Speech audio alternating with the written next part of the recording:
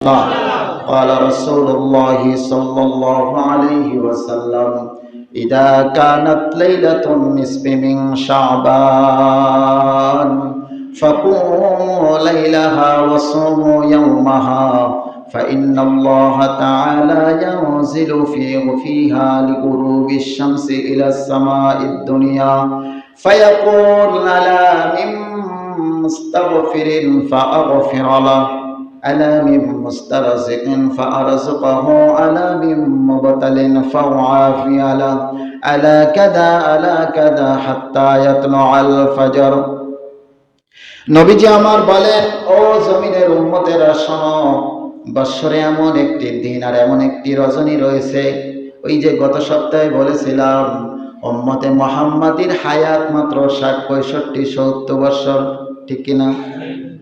অথচ বনি ইসরায়েলের এক একজনের 200, 400, 500, 700, 1000 বছর হায়াত পেয়ে তারা কতই না ইবাদত বন্দেগী করেছে।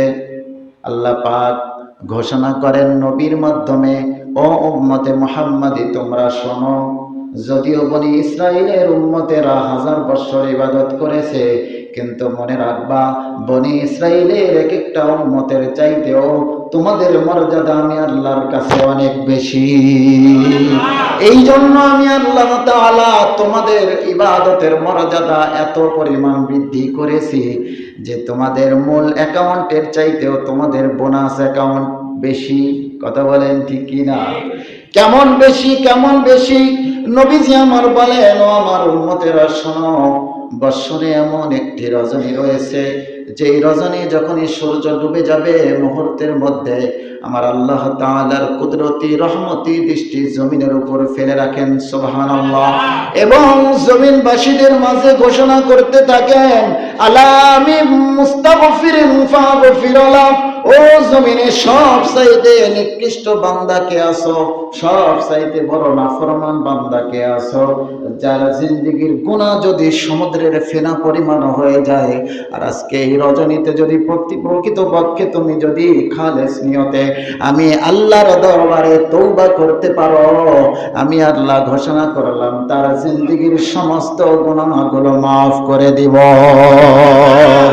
ও জমিনবাসীরা শোনো, আলা মিন মুস্তারজিকিন ফারজুকাহু, ও জমিনে কোন বান্দা রয়েছে যার অভাবের কারণে হালাল রাস্তা ছেড়ে হারাম রাস্তায় যেতে হয়, সুদ খেতে হয়, ঘুষ খেতে হয়, মিথ্যা কথা বলে চাঁদাবাজি করতে হয়, বান্দা খবরদার খবরদার হারাম রাস্তায় যেও না, তোমার জিন্দেগীর সুখ শান্তি সব বরবাদ হয়ে যাবে।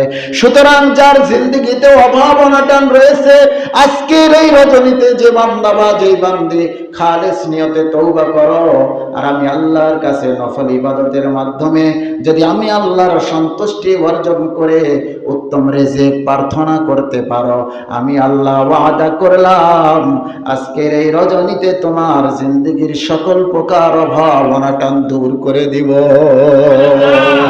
ও মুসলমান, আল্লাহ পাক রব্বুল আলামিন এরপরের অংশে নবীজি বলেন, এরপরে আমার মহান রব বলেন, আলামিম মুবতালান, ও জগতের কোন বান্দা রয়েছে যে নাকি লক্ষ লক্ষ টাকা খরচ করেছো শারীরিক সুস্থতার জন্য, একটা রোগ তোমাকে ধরেছে, তোমার জিন্দেগীর সব শান্তি আর সুখকে কেড়ে নিয়েছে। এরকম রোগ আছে না? কথা বলেন না? সে যদি ইচ্ছা করে দিনে 5 কেজি করে গরুর গোশত খেতে পারবে, ডাক্তার বলে 1 টুকরার বেশি কিন্তু খাওয়া যাবে না। আল্লাহ বলেন, বান্দারে তুই যে 1 পোয়া গোশত খেয়ে যেই তৃপ্তি উপলব্ধি করতে পারবি আমার জমিনে, সেই তৃপ্তিটুকু কেড়ে নিয়েছে তোর একটা রোগ। কথা বলেন ঠিক কিনা? এই একটা রোগ সব শান্তি উঠে নিয়েছে। বান্দারে লক্ষ টাকা খরচ করেও তুই সুস্থতা ফিরে পাস না। আজকের এই রজনীতে যদি নফল ইবাদতের মাধ্যমে ও বান্দা ও বান্দি আমার কাছে সুস্থতার নিয়ামত ভিক্ষা চাইতে পারো, যাওয়ার মতো চাইতে পারো, আমি মহান রব ওয়াদা করলাম তোমার সমস্ত রোগ বালা দূর করে সুস্থতার নিয়ামতে ভরপুর করে দিব। সুবহানাল্লাহ। তবে হ্যাঁ, নবীজি বলেন, ও আমার উম্মতেরা শোনো, আল্লাহ পাক রব্বুল আলামিন বিশেষ এই তিন শ্রেণীর বান্দাদেরকে বিশেষ তিনটি অফার দান করেছেন। অফার কিনা? এই কথা বলেন না, অফার দান করেছেন। তবে এই তিন শ্রেণীর বান্দারা তখনই ক্ষমা পাবে যাদের মধ্যে দুই শ্রেণীর গুনাহ, দুই শ্রেণীর নাফরমানি না থাকবে। দুই ধরনের গুনাহের সাথে যদি কোনো বান্দা সম্পৃক্ত থাকে, আর সে যদি এরকম শবে বরাত কেন, হাজারো শবে কদরের রাত্রিতেও যদি আল্লাহর কুদরতে কদমে সিজদায় লুটিয়ে থাকে, এরপরেও মহান রব ওই শ্রেণীর বান্দাদেরকে ক্ষমা করবেন না। জানার দরকার আছে? দুই শ্রেণী কাদেরকে আল্লাহ ক্ষমা করবেন না। আজকের এই লাইলাতুন নিসফি মিন শাবান, এই যে সামনে যে রাত্রি আসতেছে, এই রাত্রিতে আল্লাহ হাজার হাজার লক্ষ লক্ষ কোটি কোটি বান্দাদেরকে জাহান্নাম থেকে মুক্তি দিয়ে জান্নাতের পরওয়ানা লিপিবদ্ধ করে দিবেন। এই জন্য আমার নবীজি একদিন রাত্রিতে হঠাৎ করে হযরতে আম্মা জান আয়েশা রাদিয়াল্লাহু তাআলা আনহা, নাম শুনেছেন আপনারা? আম্মা জান আয়েশা রাদিয়াল্লাহু তাআলা আনহা হঠাৎ করে একদিন রাত্রিতে জাগ্রত হয়ে দেখেন আমার নবীজি বিছানায় নেই। কোথায় নেই? অথচ সেই রাত্রিতে হযরত আম্মা জান আয়েশার রুমেই থাকার কথা ছিল। আম্মা জান আয়েশা বলেন, নিজেই ব্যক্ত করতেছেন, আমি ঘুম থেকে জাগ্রত হওয়ার পরে দেখি আমার নবীজি বিছানায় নেই। আমার মনের ভিতরে কেমন একটা সন্দেহ, কারণ তিনিও তো একজন নারী। কথা বলেন না? সন্দেহ জাগ্রত হলো, না জানি আমার নবীজি আমার উপর জুলুম করে অন্য স্ত্রীর ঘরে গেছেন কিনা। এটা ভেবে আমি আয়েশা খুবই চিন্তিত হয়ে ঘর থেকে বেরিয়ে পড়লাম এবং আমার নবীজিকে খোঁজাখুঁজি শুরু করলাম। খুঁজতে খুঁজতে এক মুহূর্তের জন্য আমি গিয়ে দেখতে পারলাম আমার নবীজি মসজিদে নববীর পাশে জান্নাতুল বাকিতে দাঁড়িয়ে দাঁড়িয়ে বিন বিন করে ওঝর নয়নে কান্না করেন। সুবহানাল্লাহ। আমি আয়েশাকে নবীজির পিছনে যাওয়া এটা নবীজি বুঝতে পেরেছেন।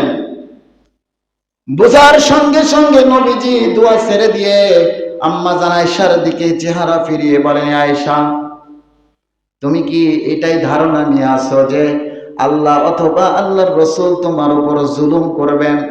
না না না হে আয়েশা, আল্লাহ এবং আল্লাহর রাসূল যারা পরিমাণ কোন বান্দার উপর জুলুম করতে পারে না।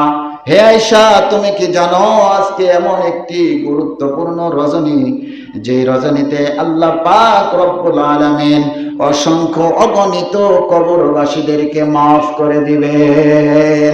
হে আয়েশা, এই জন্য আমি নবী ঘরে বিছানায় থাকতে পারি নাই, আমি বের হয়ে জান্নাতুল বাকির পাশে দাঁড়িয়েছি এবং মৃত মানুষদের সঙ্গে সাক্ষাৎ করতে এসেছি, তাদের মাগফিরাতের জন্য দোয়া করতে এসেছে। আজকে রজনীতে যে তার আত্মীয় স্বজনের জন্য দোয়া করবে, মহান রব ওই দোয়া ফেরত দিবেন না, দোয়া কবুল করে কবরবাসীদের জিন্দেগির গুনাহগুলো মাফ করে তাদেরকে জান্নাত দিয়ে দিবে।